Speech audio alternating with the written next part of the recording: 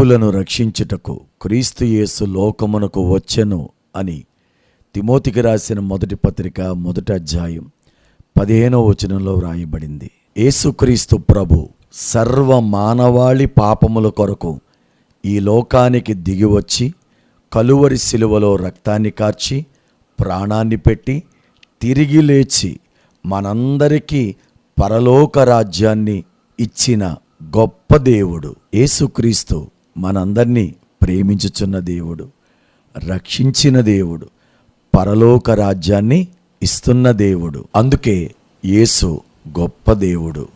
ప్రియులారా, ఈ మాటల్ని చక్కని పాటగా, సువార్త పాటగా ప్రియ తమ్ముడు దైవజనులు శామ్యూయల్ నేతలు గారు గొప్ప దేవుడోయమ్మ యేసు అనే లైన్తో అద్భుతమైనటువంటి పాటను విడుదల చేస్తున్నారు.